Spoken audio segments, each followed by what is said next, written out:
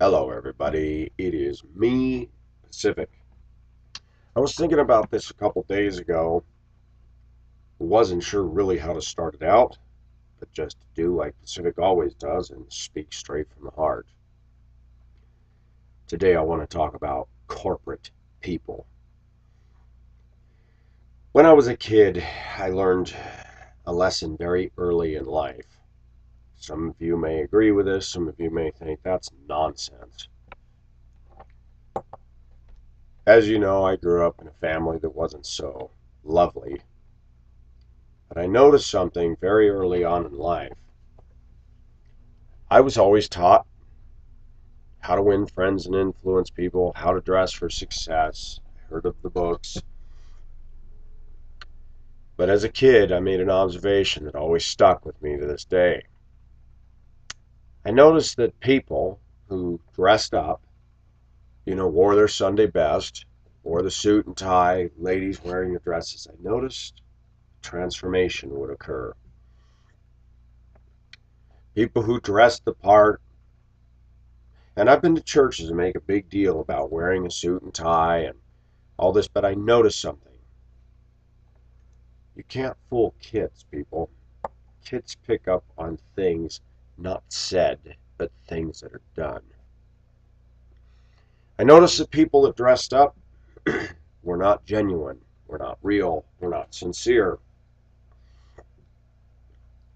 I watched it with my own family, dressing up to go to the Methodist church on Sunday, but quibbling in the car all the way there, tense, stressed, unhappy, yelling at us kids.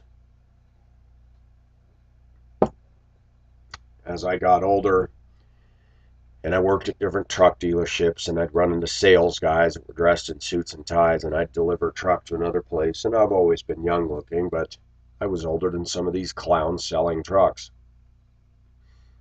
And I noticed they wouldn't say hi to me, wouldn't talk to me, or if they did, "Hi, how you doing?" And I said, "Hey, my BS meter's running full strength here." I didn't say that, but I wanted to. I've worked in a few places over the years where I've dealt with corporate people, and I've noticed a lot of corporate people the following: they don't have a conscience, they don't care about anybody but themselves and their little groupies. I see it where I work. I see a difference between management and employees, and as I got older, I started to notice things. Management runs on a whole different speed than the common worker ant in America. Management often makes decisions that the workers are standing there going, "That doesn't make any sense. Why didn't they ask us?" Corporate people are only about profits, not heart, not soul, not individuality, not passion, not spontaneity, but about making sure that you get on their board, their crazy bus, and do exactly what they say, and when they're done with you, they'll throw you. I always find it interesting that companies want employees to be loyal, but corporate people, when they decide they want to get rid of you, so much for loyalty. They don't give you 2 weeks' notice when your services are no longer needed, but they expect and demand you to give 2 weeks' notice. And if you don't, the unwritten rule in the corporate world is, and they ask you this on job applications: did you give your previous employer 2 weeks' notice? And I want to say, none of your business. Reason for leaving? None of your business. It is none of their business why I left another place. There could have been politics, there could have been favoritism, but if you put all that down, the next corporate place you apply to, they'll use that against you. I think it should be illegal to ask certain questions on job applications. Totally illegal. And in the interview. I fail to understand why corporate people can do one thing, but employees cannot. I see it where I work. People that move up in positions stop caring for others, and they say cute little sayings, and they try to be positive, and you listen to them and you go, you know what? This person is no longer real. They no longer care about us. They're running around kissing butt to step all over their fellow employees, forgetting their roots from where they started, because it's all about their money, their prestige, and their position. I worked at a call center in Spokane. There's a guy who was the head boss of the call center down there, and I call him Spacky. Now, Pacific is willing to admit that there are some things I'm not good at. This was a contract company for AT&T. This is not AT&T. Let me make that crystal clear. AT&T treated their employees much better than this contract company did, from other folks that I had talked to that worked for AT&T. We went through training. It was a very, very difficult training program. We had to learn to operate a computer database system of information that we access in dealing with customers who would call in with troubleshooting questions about their cell phones and their accounts for cell phone usage. When I worked there, I found it very difficult to find stuff in this database. You type in a keyword, it'd bring up something totally unrelated. We put a blue cup up on the computer saying, hey, I need a supervisor or superior to tell me what to do here, and they would often come as promptly as they could. When I got calls, I got a lot of calls from elderly ladies who didn't even know about a cell phone, but their son or their daughter bought them a cell phone, says, we really think you need this in an emergency. And how nice that was that the kids would do this, but they would not tell grandma how to operate this thing. And grandma would call and say, I don't even know where the power on button is. It's my job to represent the company and the customer both. Sometimes those calls would exceed 12 minutes. They had a handling time of 12 minutes. When we did a number change, those took a half an hour. I got a lot of those. Anything over 12 minutes was not recorded for quality control. Only calls for 12 minutes were recorded. That's called QA. They call you in, tell you, we recorded a call and here's where you failed. I'm going to tell you about corporate America. It is cutthroat, it is without a conscience, and they don't care about you. This is not somebody who's just sour grapes. This is reality. If you don't believe me, look at the Enron scandal, look at the subprime mortgage situation, and look at all the stuff that's gone on in corporate America. And these buffoons walk off with millions of dollars, and they're out golfing while they just shipwrecked an entire company, and everybody lost their 401, 3K, and everything else. Ridiculous, huh? Obama doesn't even care about the average working man. He favors unions, he favors slimy corporations, gave them, the stimulus package. I still don't understand something, people. If you really want to do something for the American people, the total package cost of the stimulus package, they could have easily given $1 million to every American over the age of 18. Okay, there's 300 million Americans. I don't believe that I believe that does include children. So you'd have less than that are 18 and over. If they gave us each $1 million, that would have stimulated the economy far more than bailing out these lousy companies. I'm going to say something. We never should have bailed out GM. I'm sorry if you can't make a quality product. And no offense, Chevy people. I like old Chevys, but I look at what Chevy's doing today. Are you serious? Have you seen their pickups?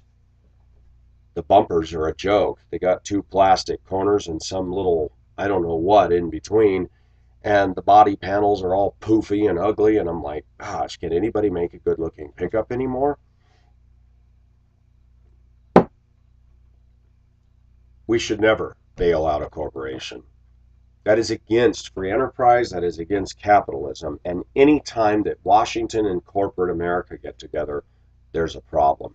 And that is what is dictating politics to this day. The media that you watch, Time Warner and others own these media corporations, and they tell people, they tell the news what they want to be reported. Bias is all over the place. And if you don't believe corporate America doesn't own you, drive down any major freeway through any city, and what do you see? 10 million billboards. Get on YouTube. Everywhere. It's advertising, advertising. We are wallpapered in advertising. Now we got ugly little hybrid cars with big wallpaper wrapped around them. City buses are wrapped around them, and trams and light rails and airplanes. I mean, pretty soon they're going to have everything covered. They'll have tattoos all over me advertising Walmart or who knows what. Let's talk about Walmart. It has been said that they bully their suppliers to lower their prices, or they refuse to carry their product, and they are able to look at them and say, and who's going to carry it? Radio Shack? That's a pretty big billy club to wield if you want to carry Sony products. Because if you don't sell them at Walmart, where are you going to get them? Corporate America is cutthroat. Corporate America is about profits. They do not care about their employees. I will have people write me and say, well, I work for a corporation that cares. There are some exceptions, but it is minutia. There was a company years ago in the Deep South. They weren't doing so well, and the boss came down to the factory floor and said, I'm going to do something different. I've decided that we're all going to make the same pay, and our pay will go up as our productivity and our quality goes up. Do you know that company turned around? Their drive and incentive, the employees loved their boss, and all of a sudden everybody did well. Talk about a business model. Corporate people bother me because they really believe in political correctness, except there's hypocrisy there. Political correctness as it suits them.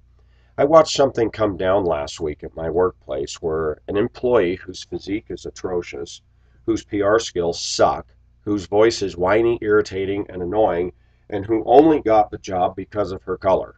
And I'm going to say it. We hear about racism by white people, but let me tell you, people of ethnicity also are discriminatory, and they get hired because of affirmative action and stuff. The person does not have the skills to do the job, in my opinion, and many others who watch her from afar. An employee said something inappropriate in the break room to another employee, totally out of line, that should have been disciplined, and that super stood there and did nothing about it. Why? Because that employee who mouthed off has a lot of people fearful and trembling, even though she's just a driver. When it was brought to her attention, she backpedaled and said, well, I thought that she was only joking. That same person came up to me one day when I and another employee, a bus aide, were singing, not obnoxiously loud, but in the corner at one of our tables. Other people have been very loud and cussing and laughing so loud, disturbing the entire break room, and everybody else has said, you know what, you guys keep it down over there. That supervisor has done nothing about certain tables of employees acting up. That supervisor came over to us and said the following: this is a community and you might want to be respectful. You're a little loud. I'm sorry. I've watched people like this nitpick the small stuff, ignore the big stuff, and target people that they don't care for and ignore the people that they are buddies with. Corporate America is no exception. When you're on the inside track in corporate America and you file a complaint against somebody in the office, you're not going to get anything done about it. You will not get anything done about it. The only way you're going to get something done about it is if management doesn't like that person, then they'll go after them. But if they like them, they'll throw your complaint in the trash can, and that'll be the end of it. Now, if that same management team has a complaint about you, just from a customer calling in, and you don't even bother to investigate it, if they don't like you, they're going to shred you. Corporate America is hypocritical, they are evil, they are heartless. I have watched corporate and CEO people in the way they drive and what they drive, and they are cocky, and they are bastards, and they are arrogant. And people will say, Pacific, that's pretty harsh. No, it isn't. Corporate people don't have a heart. They're too busy golfing. They're too busy grandstanding and making their money, and they have no heart and soul and compassion for anybody. So this guy at the call center sits behind me on a call one night in front of my fellow employees. We got these little desk cubicles, but they're open where you can see each other right down the line. This guy sits behind me while I'm on a call, that far from me, and I'm like, this is irritating. I continued the call. As soon as I got done, Pacific, I need you to log out of your phone. I need you to talk to me. Yes, sir. Logged out of my phone. How can I help you, Spacky? I wanted to say. On the bleed floor, we call it the bleed floor, because it's a saying that goes back to people that donated blood and stuff. The bleed floor is where all the action is. He proceeded to lambaste me and say, your handling time is atrocious. I calmly said, yes, I'm aware of that. Here's why. He said, well, we need you to get your handling time down to 12 minutes. And I politely said, I can't. I get calls from senior citizens. I get calls from people who don't even know how to power on their phone. I'm not fooling around. He then got irritated. I'm trying to work with you, and you told me you cannot get your handling time down. I don't appreciate that. And I said, you know what? I'm not trying to be insubordinate, but you're sitting here criticizing me. Have you recorded these calls and figured out why the handling time is? We don't record anything over 12 minutes. I said, so then you don't know what's going on in the call then, do you? He got even more flustered and said, go to my office, let's go. We walked in there. The guy was younger than me. I tried to be polite, but then I thought, boy, this guy's a real ass. And I said to him, sir, here's what is happening. Here's exactly what's happening. Your handling time is too long. Okay, I got that, but this is why it's too long. Corporate people only want to hear one thing. They don't want to hear the reasons why, because reasons don't look good on profits. I said, have you seen all the kudos calls I've got?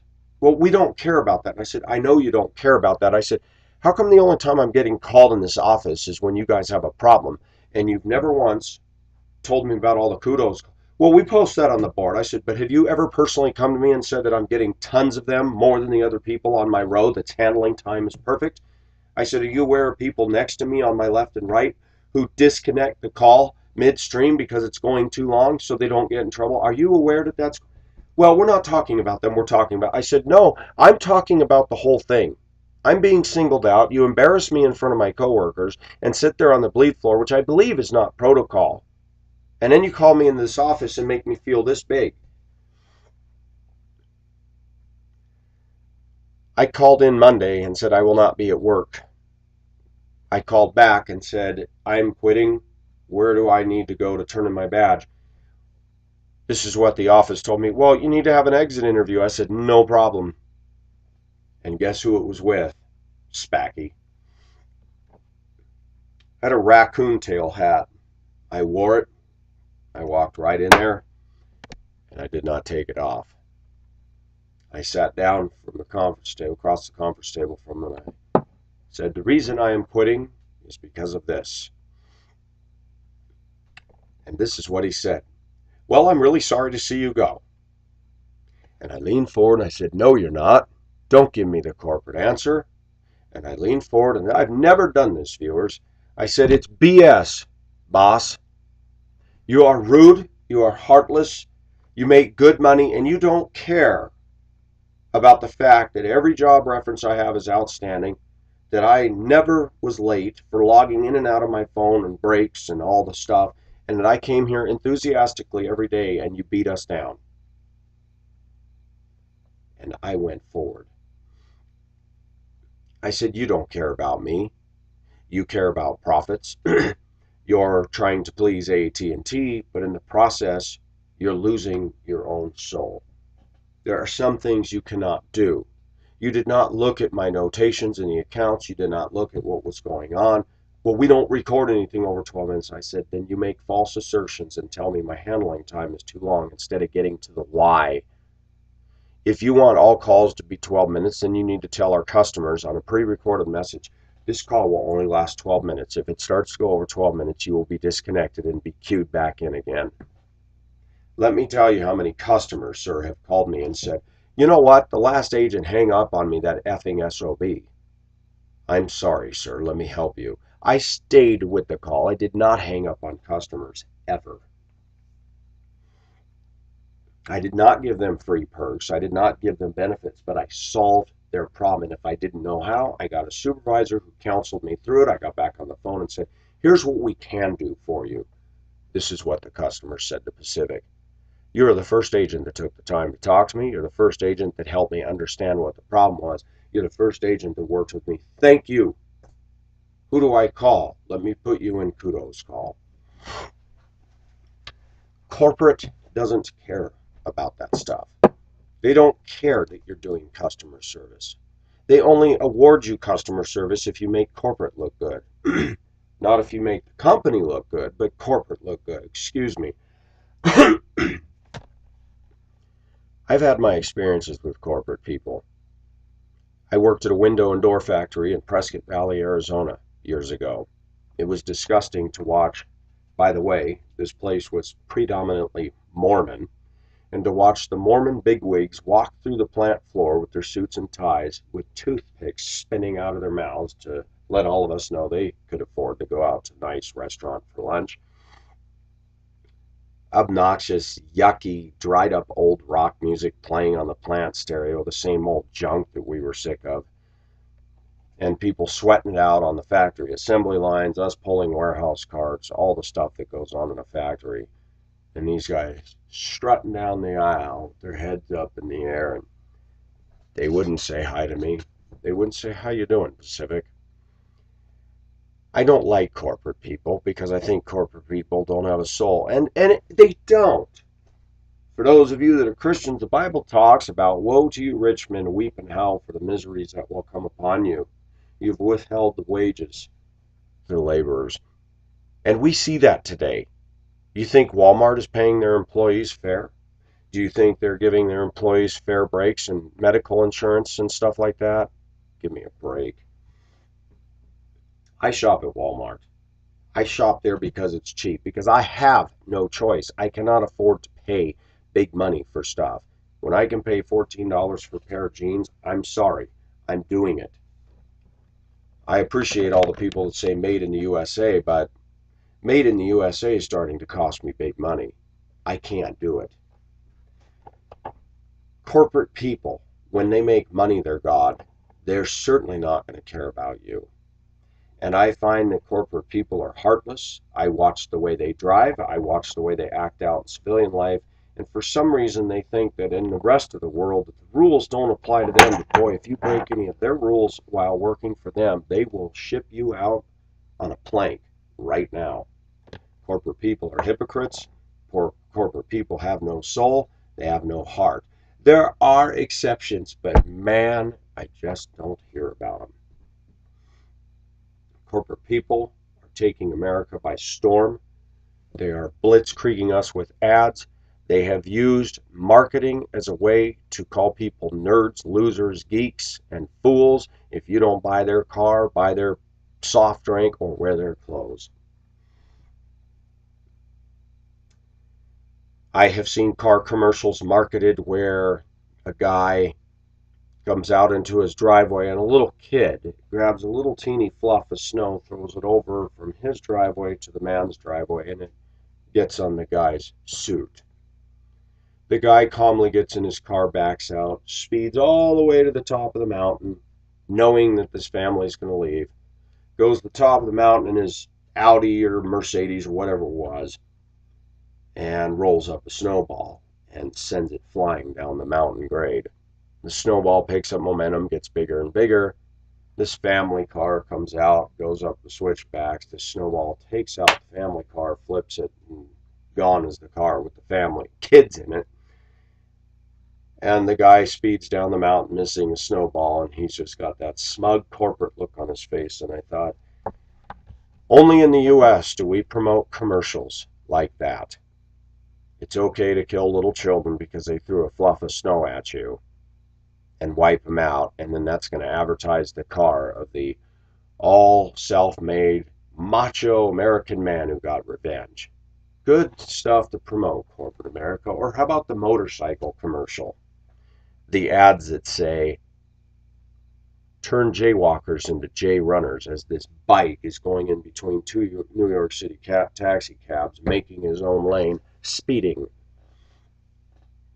Have you seen the car commercial with the black man in the car hitting the puddles as fast as he can and splashing everybody with his windows up and his stereo on? You see, corporate America is all about profits. They like to cater to men's ego, to sell something, and it's mean as hell. I've watched car commercials. They show people driving reckless. They show people driving like morons. They show people not using turn signals, and then we wonder why everybody's acting like a bunch of idiots. The media and corporate America don't care about values, don't care about morals. We see families fighting certain organizations that support the gay community and stuff, and guess what? It doesn't matter anymore. Corporate is about profits. They will never do anything that shoots their profits in the butt. Never. Chick-fil-A stood up and said they were against the homosexual thing, and people yelled and screamed so loud. And it's ridiculous. Companies are bullied to get on board the political correct bus, or else. And they will if their profits hurt. Most of them. I don't think Chick-fil-A would do it, but who knows? I see a lot of Christians selling out. Charles Stanley makes over $200,000 a year. Benny Hinn makes lots of money. Joyce Meyer pulled in $92 million in 2005.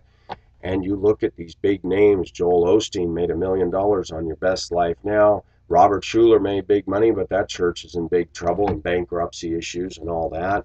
And you look at the PTL scandal and Jim and Tammy Faye Baker, and you look at the Crouches, and you look at all the other charlatans calling themselves Christians, and we love Jesus and we're filled with the Spirit, while they're ripping you off and fleecing the flock and stealing money and living the good life. And yes, I nailed Charles Stanley. How in the world can we justify Charles Stanley and others making $200,000+ a year? I am tired of the BS that we hear from corporate leadership, ministerial people saying, well, we have a board that approves of $200,000 a year while we have deep poverty in the Philippines. And Christians say, well, that's because of a corrupt government. What does the Bible say about helping the poor that will always be with you? I have no respect for any Christian preacher and their glossy publications every month that come to your home and their little devotionals that promote white, comfortable, middle-class Christianity, which is nothing more than corporate America guised under religious veneer. It is disgusting, it is evil, and it is straight from the pit of hell. You want to know where Pacific stands? I'll nail Christians right between the eyes, and I will get a flood of Christians say, you're criticizing those that are servants of God. Yes, I am. They need a spanking by the Holy Ghost. Sorry to sound Pentecostal, viewers, but I'm tired of this stuff. And you think atheists and you think non-believers don't notice this hypocrisy? Religion pays good money. Rick Warren took marketing the church and marketing Christianity to all new levels with his The Purpose-Driven Life, which I renamed The Wallet-Driven Purpose. Rick Warren and others are so busy gallivanting around the globe trying to solve AIDS problems and market their curriculum and making big fat piles of money. And his own son committed suicide. I don't know all the details there. But these people, they're all about their ego and marketing the church. Christianity is not a marketing free enterprise system. In fact, there is almost a degree of socialism to true Christianity. And people don't like it when I say that, but I have to be careful how I say this. In Christianity,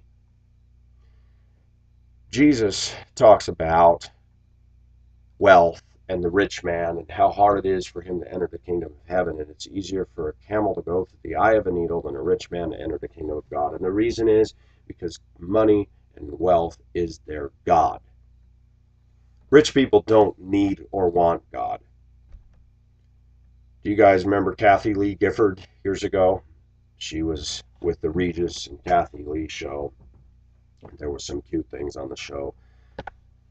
But I got so tired of people like Kathy Lee Gifford and Amy Grant and others that making big fat money, and Kathy Lee always made sure and inserted Jesus into her shows, and yet she dressed her kids up in Halloween costumes, and I'm like, wait a minute, Halloween and Christianity, hello, one's paganism and the occult, okay, and she's got her house in Aspen and got her place in New York and lives the good life, and Kathy Lee Gifford, as you know, was in all the Princess Cruises or was it Carnival with the inappropriate low cut tops. And to me, it stinks. What kind of Christianity is that? No different in the world. I'm showing my boobs. I'm showing my affluent lifestyle. And her and her husband were having problems. Amy Grant got divorced, and Gary Chapman was accused of doing drugs, and Amy Grant was accused of playing around with Vince Gill. These are allegations. Amy Grant continues to pump out albums and music and makes good money. And the Nashville so-called Ministry for Jesus under the guise of Christian rock is one of the biggest rackets the Christian church has ever seen. It all goes back to Christians now screaming, I want my MTV, and they're getting it. You go to any average church, they've taken the hymns and dashed them to the floor. We don't want to hear the organs. We don't want to hear the pianos. We want to hear drums, electric guitars. We want PowerPoint presentations. We want images and stuff. And you go into a church and it's like a very bad nightclub. And I'm going to say something there. I've gone to nightclubs and I've heard good music. I go to churches with their Christian rock worship and it's garbage. It is loud. It is offensive. It is irritating. It's not even melodic. It's not even good. And people call that worship. No, it's materialism. And the Christian rock artists are laughing all the way to the bank. It is not ministry. Since when does performing rock music become ministry? I have to laugh at that. That would be like Pacific Ocean making big money on his videos and buying a 25,000 square foot house in Thailand and saying, this is my ministry, folks. Please continue to send your financial contributions and we'll send you this cute little cheap plastic chain that looks like real gold and metal for your becoming a supporter of us. Are you serious? Corporate America has gotten into the church in America. Don't kid yourself. Glossy bulletin, glossy PowerPoint presentations, marketing, marketing, marketing. We got to videotape ourselves and push that around the globe and look smooth and polished. And you don't hear preachers anymore saying the truth. They need to speak because 501(c) status, tax exempt. They are forbidden by the government to say certain things. And I would tell every church, if you're not going to declare the truth of God, so help you God, get rid of your 501(c)(3) status and speak the truth and pay your taxes. Jerry Falwell, another empire builder, buying property and tons of property and Liberty University and Lynchburg Baptist Church and all that other stuff. And now we have senior centers and this and that. It is amazing how much evangelical Christianity owns in property holdings and bank accounts and Learjets. And Charles Stanley with his Christian cruises. I love that one. White, gray-haired people can go on a cruise with Dr. Stanley and be comfortable, and those are the same ones that you would not want as neighbors because you mowed an inch over their lawn and they're bitching about it. And this is the kind of Christianity we're marketing in the United States of America, and we wonder why people have toned out and tuned a deaf ear to all this stuff. Jesus Christ suffered on a cross. He was put to death for the sins of the people. I don't see today's Christian ministers suffering one bit. They write glossy devotions. Charles Stanley, on all his In Touch magazines, has photos all around the world, Iceland, everything. And I thought, man, he's got the good life. I think of Joel Osteen, Your Best Life Now. Most preachers in America are living their best life now, and they're going to be shocked to find that on that great judgment day, God's not going to have words of commendation for them, but some pretty scathing words. You live pretty well down there. Let me introduce you to some people who didn't live well, who actually did stuff for me. And Stanley and Osteen and others are going to go, well, who's that? Yeah, right, you don't know them. You had your day in the sun. These guys are going to be number one. You're not. He who's first shall be last, and he who is last shall be first. What does this have to do with corporate? Corporate people don't care about you. You think ministry teams and churches care about every parishioner in their church? Guess again. They're marketing something. They're promoting their church, their ideology, their curriculum, and you either get on board or you're thrown under the bus. That's it. I mentioned Bible Church in Littleton. Those people don't care about me. I mentioned most churches in the U.S. They're too busy filled with their own ego, their own manipulative agendas. And one thing I see in Colorado that I also must mention is all these pastors get control of a church, and one of the first things they do is initiate a building program. Had to sneeze on that one. They don't have enough occupants in the pews or the chairs to justify it. But now, not only are they going to initiate a building program because they're building a monument to themselves so they can drive by in their Cadillacs or their SUVs and tell their grandchildren, I built that. They get in debt to do it. I find that interesting. Churches getting in debt to do the work of God because we have a need. What is that saying to the community? Do we really have faith and trust in God? Do you guys remember the old apostolics and Pentecostals way back when? There's still a few of them around. They would go and build a church when they had the resources and they all build it together. We called it barn raising. People used to do that stuff. Now today we get in debt, we market things, we have it in the bulletin. We owe this much, please help us pay. And the pastors push people to give more and more to pay their exorbitant salaries. I have a problem with this, and those people will not listen to me. I know they won't. Why? Because they think they're walking in the Spirit and they're doing the right thing. It's funny. The Bible says at the end of the book of Judges, I believe, each man did that which was right in his own eyes. By the way, that's not a verse that has the endorsement of God.